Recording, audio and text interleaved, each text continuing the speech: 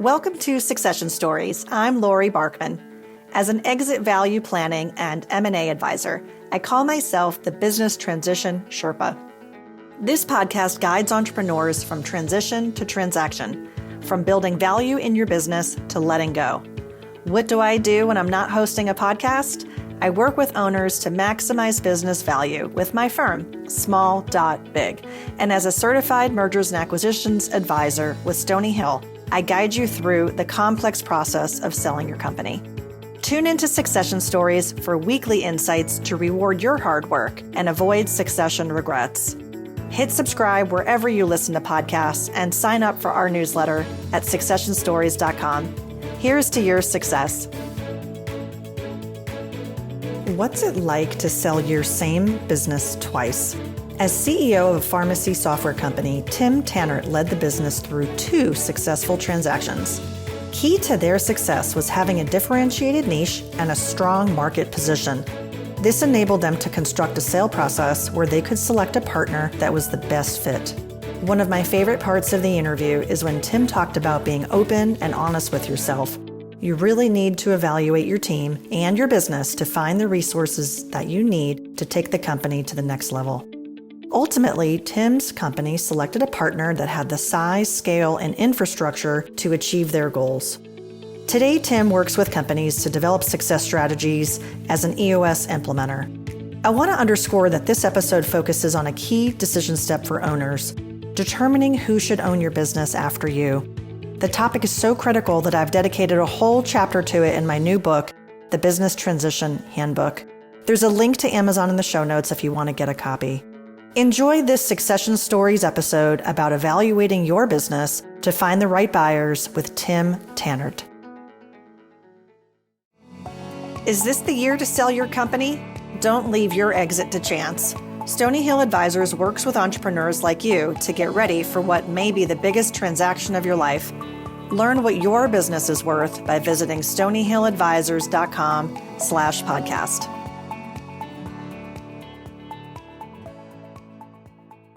Hi, Tim. Welcome to Succession Stories. I'm so glad you're with me today. It's been a while since we had spoken with each other. I think we first met during COVID, to put it back about a couple of years with Vistage. Is that right?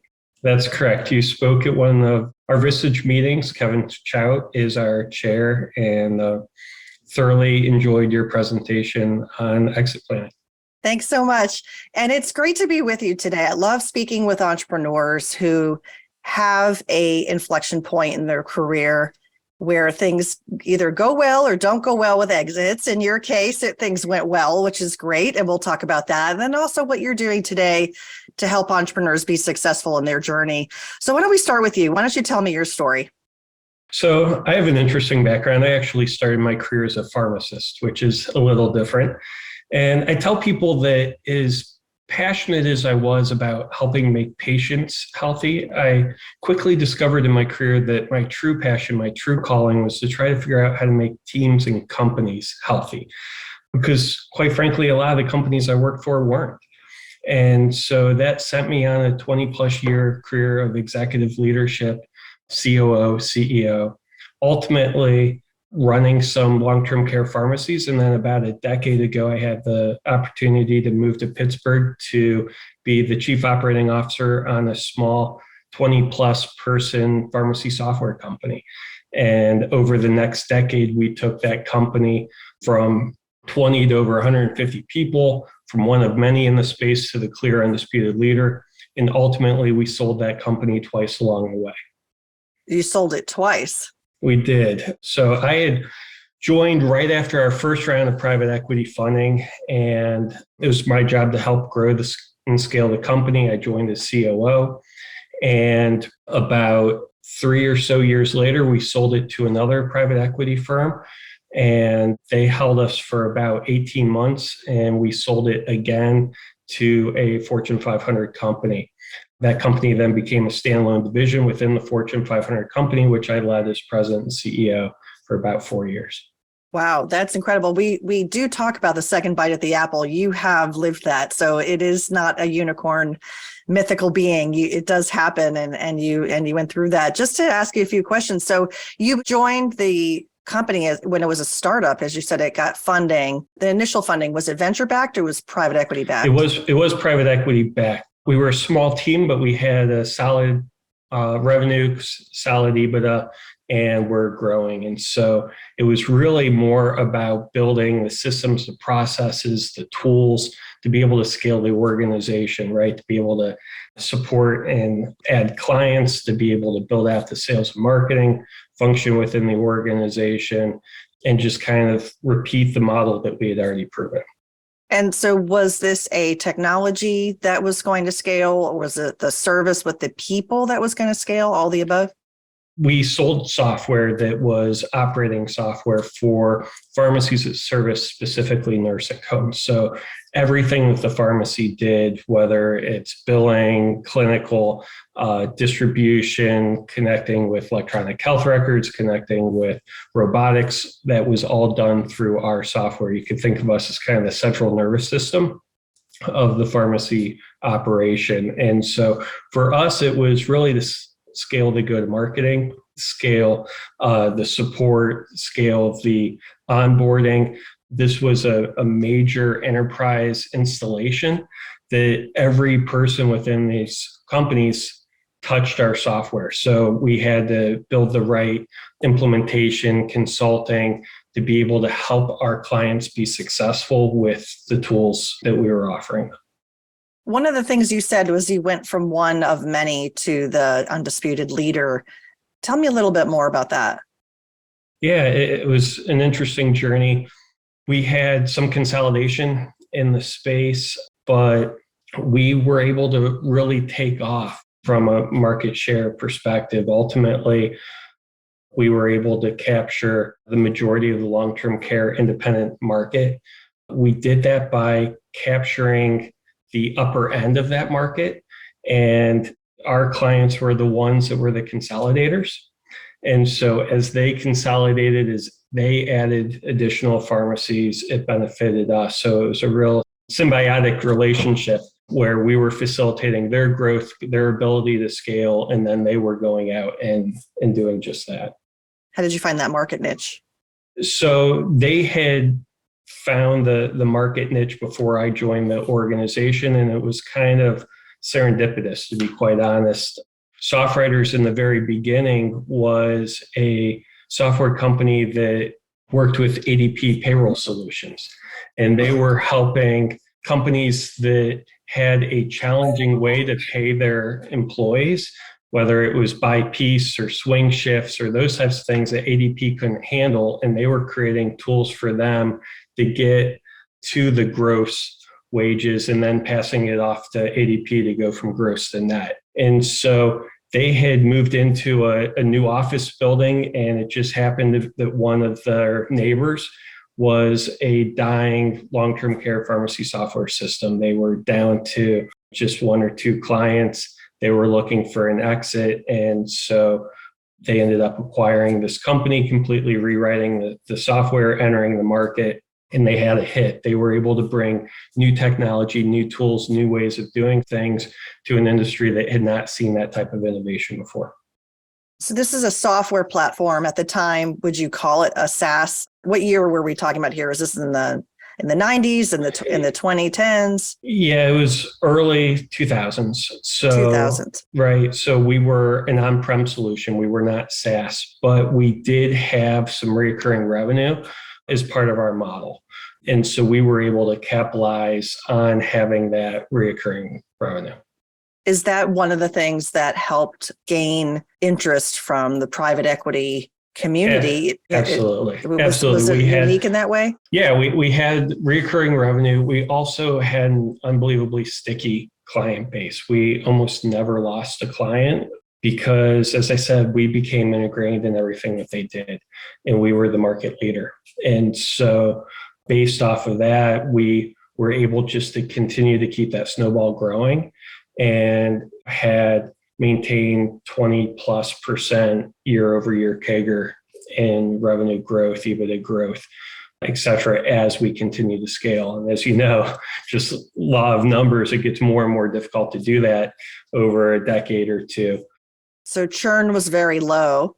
I would Yes. imagine, given the go-to-market strategy, the cost to acquire these customers was also fairly low or reasonable given the size of the purchase. Was it a multi-year contract or single-year contracts? It was actually a single year contract. Beyond that, we went month to month, but it was just one of those evergreen type contracts. But it worked for us, right? Because we were so sticky, because we were able to build out that client satisfaction model where we were integral in their operations.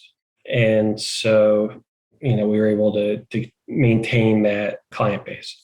So you had a market niche, you had a product market fit, you found a solution given some of the dynamics, as you talked about with ADP and fixing a real problem for the clients. And then it was a really valuable product. It was very sticky, churn was low, and it created a lot of value. What was the dynamic when the company was looking for its first exit? Was it the process to go back to the original private equity funding group and they ultimately acquired, or did you create a bid process? So we created a bid process. And initially we had north of 20, probably close to 30 initial companies that received the initial SIM. And then from there, we whittled it down, had conversations, did management presentations. It was probably a good 6 to 9 months of my life where I was having dinner every single night at a different steakhouse in Pittsburgh with a different private equity company, just getting to know these people, trying to identify what the right partner would be for us. And ultimately, we landed in a great place. And so I'm fortunate that I was able to build great relationships with both private equity firms that held our company. And I'm still close to them today, all these years later. As a matter of fact, I'm on the board of directors in one of the portcos for one of the private equity companies. So it's really important to find that right fit for you and your organization from a right strategy, right business approach, right culture. There's a lot of different things that go into making this successful beyond just the selling price. And so I encourage people to really get to know these companies because they're not all the same. Who is your most important customer? The person who buys your business. Stony Hill Advisors works with owners to maximize the value when you're ready to sell. Get started today with a business valuation by visiting stonyhilladvisors.com/podcast. Of the 20 to 30 that you sent the SIM to, which is a confidential information memorandum that includes a lot of information about the company, it's once an NDA is signed that is sent out. Did that SIM go to strategics or just financial buyers? We had a couple strategics in the mix. Ultimately, it was our desire not to go that direction because we knew that we could still grow and scale. We knew we had quite a bit of runway, and the leadership team wanted to continue to stay involved. We had built this thing. We loved it. It was our baby. And so that's what led us on the first time to go to another private equity. Ultimately, a strategic came to us and they offered us a deal we couldn't refuse. And so we ended up selling to a strategic the second time around. And that's when we started seeing some change in our leadership team. And so there was definitely changes in the organization after that happened. Let's go back to your comment about fit, because this has come up every now and again, whether I'm talking to clients or whether I'm talking to folks on this show. What were the criteria in the beginning when the management team first started the process? And were you working with an investment banker or a broker, or were you managing it yourselves? Okay. No, we had a broker. We hired a broker. And for us, we had a strong culture within our organization. We wanted to work with a partner that was part of that culture. The other piece too was we knew our strengths and we knew our weaknesses. And we were really looking for a partner that could help us build up our weaknesses, right? And so I think there's a piece of this where you have to be open and honest with yourself and really evaluating your team, your company, and to try to find what are the resources that we need to be able to take this to the next level. And so that second private equity firm had the size and scale and infrastructure to be able to help us do just that. Think back to the diligence. I know it was probably painful at the time. It can be a lot of questions back and forth. What stands out in your memory about the diligence process that were really, let's call it hot buttons for them, where they really wanted to dig in and spend a lot of time? A lot on the accounting side, quite honestly, right? Understanding everything from revenue recognition to just all of the basics that we had in place. And so the more that you can go into this process with your I's dotted, your T's crossed, right? You have your act together, because it's really the first several weeks of the diligence process that's going to set the stage and what they find, right? If they go in and everything that they find is buttoned up, the process goes a lot smoother. If you go in and the first couple things they look at, there's errors or numbers changing, or they felt like they don't have the entire picture that they thought they had at the time of making that initial offer, things are going to get difficult in the diligence process. Yeah, absolutely. So having the financials in really good shape is critical. And oftentimes that companies can start there, even if they have QuickBooks. I'm sure you see this with your clients, just to be consistent, stay organized, and to really be able to show the story, which you did. So if you look back, what do you think are some of the key lessons that you learned through that process that you might suggest to a founder or an owner who's listening and thinking, oh, one day I might want to have an exit, a successful exit, depending on who we sell it to and when and all of those factors? What do you think are the biggest lessons learned? So for me, it's to think well beyond the investment period. So if you're selling to, let's say, private equity, right? The common thought is private equity is going to hold the company for about 5 years. Well, if that's the case, then you have to have a really good idea of where this company needs to be 10 years from now, right? Because you're not selling for this exit, you're selling for the next exit, right? So the private equity company or whoever that acquirer is has to understand how they're going to drive value over the next 5+ years and what their potential exit's going to be, right? This is, a way for them to be more reassured that their investment's going to pay off. And they have commitments that they've made to their investors, right, for the type of return that they're going to get. And so you have to be able to paint that picture very clearly.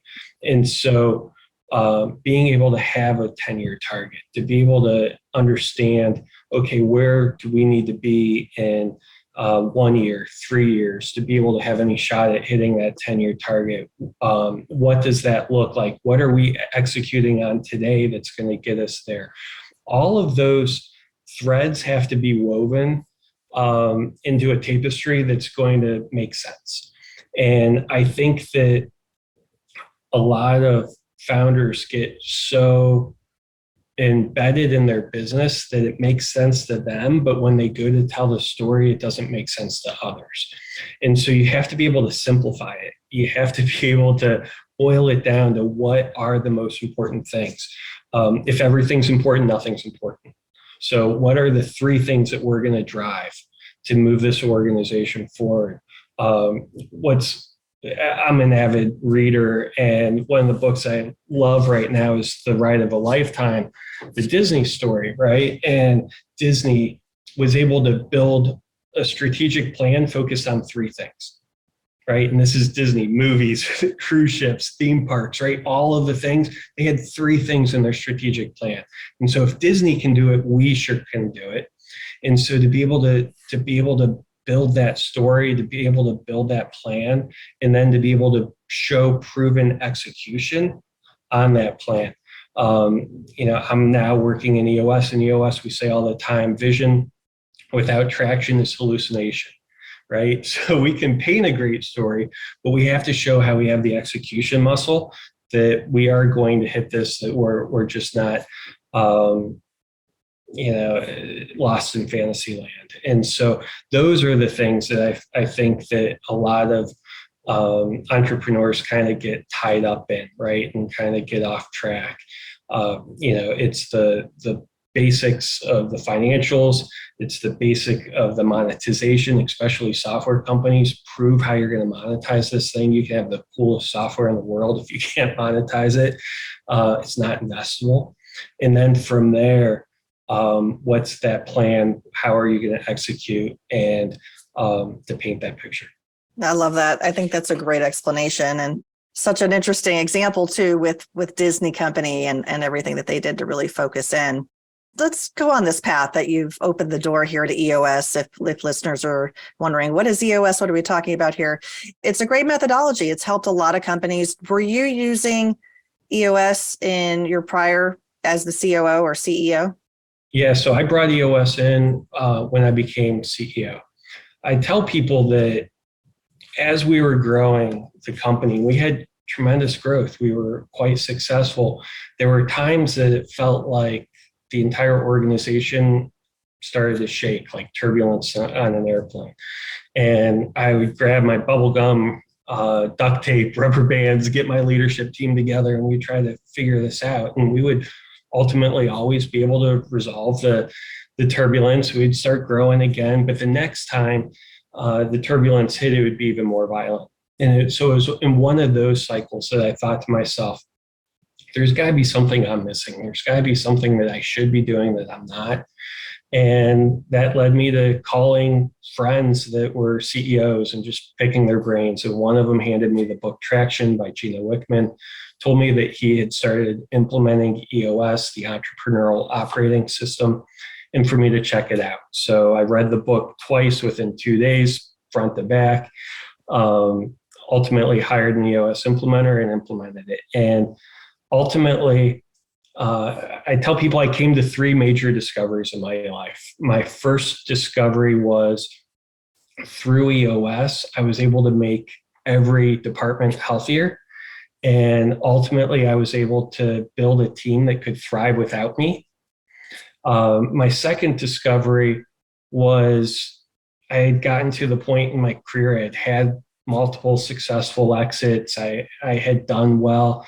My own personal success became absolutely meaningless to me. It wasn't what got me out of bed. It wasn't what drove me. It wasn't what gave me my energy. I didn't care, quite honestly. What got me energy, what made me want to get up and tackle the world every day was trying to figure out how can I make as many people around me successful as I possibly can.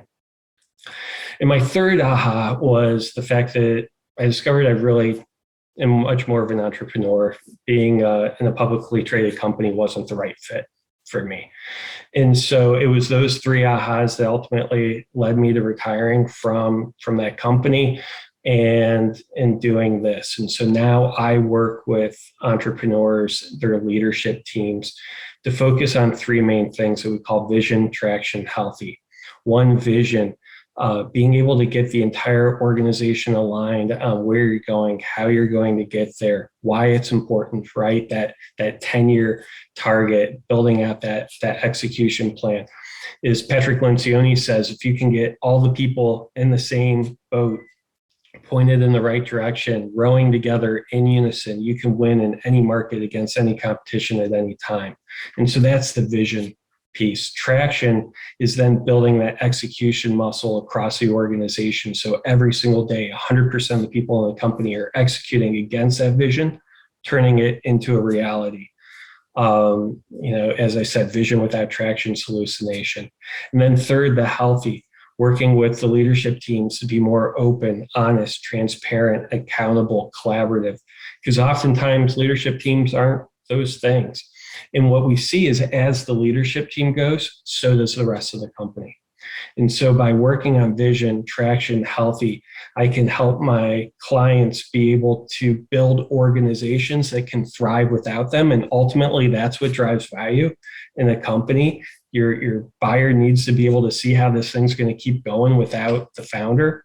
Get the right people in the right seats, the right execution, and that proven track record. All of those things drive tremendous value for exits and sets the companies up in a position where they can sell, they can attract multiple buyers, and they can ultimately get to a great exit.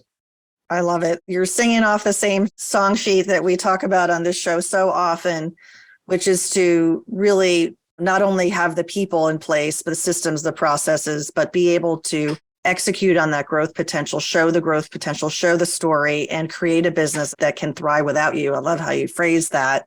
And it does tee up the potential relationship for folks like me, right? If there's an owner who has a business that's sell ready, when he or she is ready to sell, to quote my friend David Weibel, who's been on this show, that's where someone like myself can really help take it to the next level with exit planning and beyond if there's going to be an exit or a transaction. So thanks so much for that explanation. I'd love to have you share another quote. You shared a favorite book, you've shared some other resources here, but is there a favorite quote that you have that inspires you as a leader?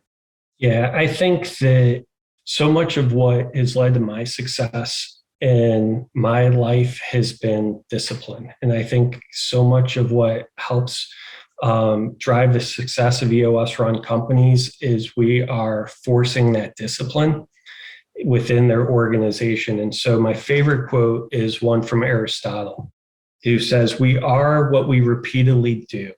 Therefore, excellence is not an act, but a habit." Right? So you have to just be excellent every single day. You have to drive that discipline, drive that accountability, drive those practices within yourself and within your organization. And if you do those things, you can't help but achieve excellence. That's a great quote. Thanks so much, Tim. Thanks so much for being on the show, sharing your experience about growing a business, having a successful exit, and now how you work with companies to create amazing companies. So thanks so much for joining me. Absolutely. Thank you so much for having me. It's been a privilege and an honor. I loved being a part of it. And thank you. And if people want to get in touch with you, what's the best way to find you? So my email is tim.tannert, Tannert, at eosworldwide.com. Awesome. Thank you. Listeners, thank you so much for your support. Catch Succession Stories on your favorite podcast player or YouTube and subscribe to the show. If you want to maximize the value of your business and plan for future transition, reach out to me for a complimentary assessment at meetloribarkman.com. Join me next time for more insights from transition to transaction. Until then, here's to your success. My objective is for you to have a lucrative and successful succession. If you want to understand the value of your company today, that's a great place to start. The sooner you understand what creates value and what detracts from it, the more time you'll have to close the gap if there is one. Hundreds of business owners have taken my complimentary business assessment. As a first step, schedule a call with me by visiting meetloribarkman.com. That's meetloribarkman.com.